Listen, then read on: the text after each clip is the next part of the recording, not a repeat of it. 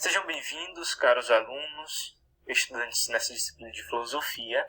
Sou o professor André e vamos tratar contratualismo. Contratualismo, especificamente, para essa nossa aula, contratualismo de Thomas Hobbes, onde falaremos sobre o estado de natureza, o contrato social e o estado civil em sua concepção. E de início, para entender mais especificamente o propósito da nossa aula, que é entender esse contratualismo, teremos como referência a sua obra principal, o Leviatã, A Matéria, Forma e Poder de um Estado Eclesiástico e Civil, publicado aí em 1651. E Thomas Hobbes foi um filósofo, teórico político matemático inglês, considerado um dos mais expoentes do pensamento contratualista na filosofia moderna. E a partir daí surge John Locke, Russell, entre outros que também vão entrar nesse discurso sobre o contratualismo. Sendo ele, a todas as principais obras do Leviatã, dessa que teremos referência para a nossa aula, e o do livro da obra do Cidadão. E nessa obra, o Leviatã, a gente vai ver que ele se pronuncia do ponto de vista sobre a natureza humana e sobre a necessidade de um governo de uma sociedade forte. A gente entenderá tudo isso no decorrer da nossa aula. Essa palavra, o Leviatã, surge aí de um animal mitológico que se encontraria nas profundidades do oceano. E aí a gente relembra que faz referência no Antigo Testamento da Bíblia sobre esse animal, Leviatã.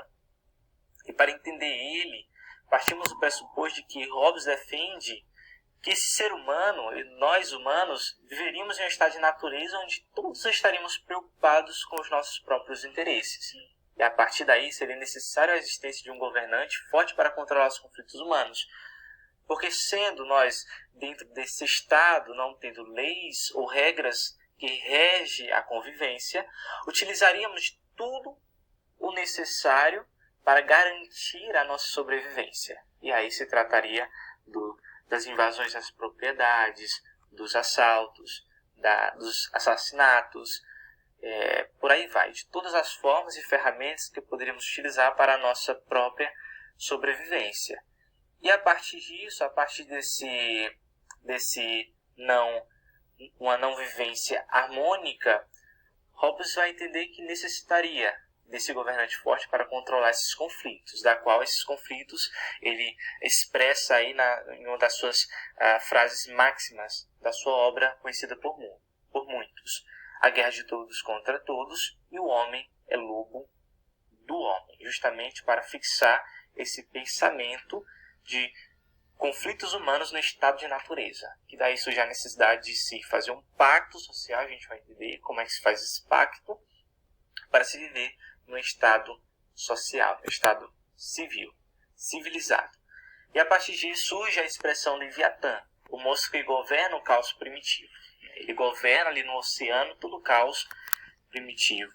E para Hobbes o estado é o grande Leviatã, o Deus imortal que sobrepõe ao indivíduo e o absorve, tendo ele o poder absoluto. Então, o Hobbes vai batizar esse estado como Leviatã, justamente para reforçar a ideia de um poder absoluto, de um poder que está acima do próprio homem, que deve ser obedecido por conta de governar esse caos primitivo. Embora esse próprio estado, o Leviatã, tenha sido criado para servi-lo, para servir ao próprio interesses humanos, que é o de paz.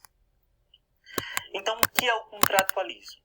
Antes de mais nada, o contratualismo é um pensamento político e filosófico que estabelece a ideia de um pacto social, como o momento de surgimento da sociedade civil, baseada na ideia de que existe uma espécie de pacto ou contrato social que retira o ser humano de seu estado de natureza e coloca-o em convivência com outros seres humanos em sociedade.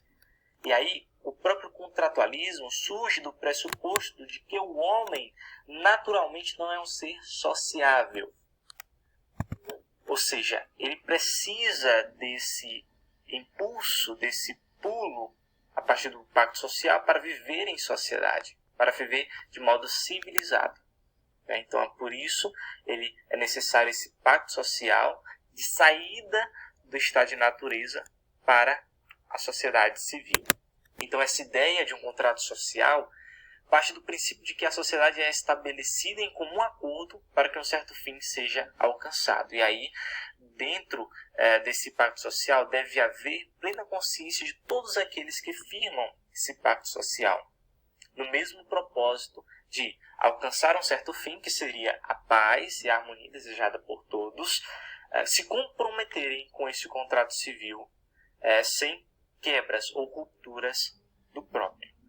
Então, o contrato social é o momento em que o ser humano deixa de viver como ser natural e passa a viver como ser que se destaca da natureza, criando suas próprias leis, sua moral, os costumes e o conjunto de instituições para que a convivência seja mais harmônica. E o que seria esse estado de natureza? Então, como foi falado, o contratualismo passa do pressuposto de que o ser humano é um ser sociável por natureza. E toda a sua sociabilidade se funda nesse contrato. Segundo Hobbes, esse estado de natureza seria na qual os humanos dispõem de liberdade ilimitada e são guiados unicamente pelos desejos de sobrevivência e satisfação pessoal, o que gera conflitos e guerras. Então, essa liberdade limitada era o problema. E teria que haver uma liberdade para se fazer esse pacto social e viver segundo regras e normas, porque essa liberdade ilimitada seria motivo de caos, porque as pessoas poderiam utilizar de qualquer meios para a sua sobrevivência, incluindo guerras e conflitos. Então, o estado de natureza é o período em que a sociedade ainda não se formou, quando não há uma lei civil e, portanto, uma civilização para amparar o convívio social. Esse aspecto é regido por uma lei de natureza que coloca os seres humanos em plena igualdade de direitos. Esse conjunto de direitos naturais e a teoria do estado de natureza é chamado de justnaturalismo, um pensamento que já havia se pensado antes mesmo de entrar nessa área do contratualismo. O estado civil seria o estado formado após o estado natural, que aí se denominaria sociedade civil, ou o estado civil.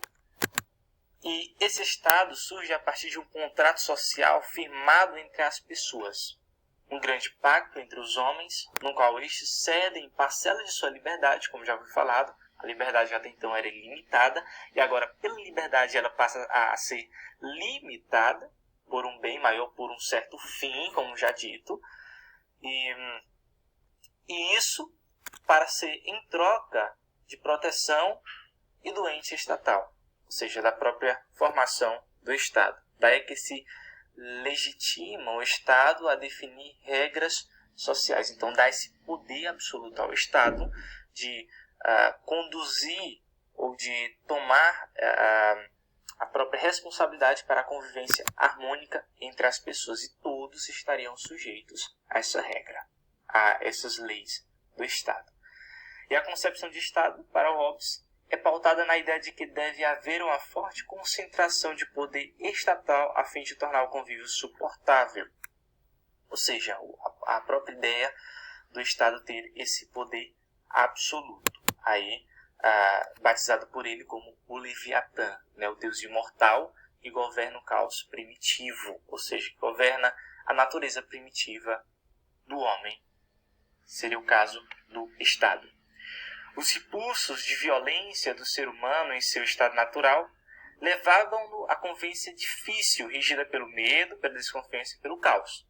Ou seja, o medo, a desconfiança e o caos faziam com que esse homem se utilizaria de vários meios para proteger e para a sua sobrevivência. E isso, como já foi dito, até a forma de guerrear, de conflitos, entre outros.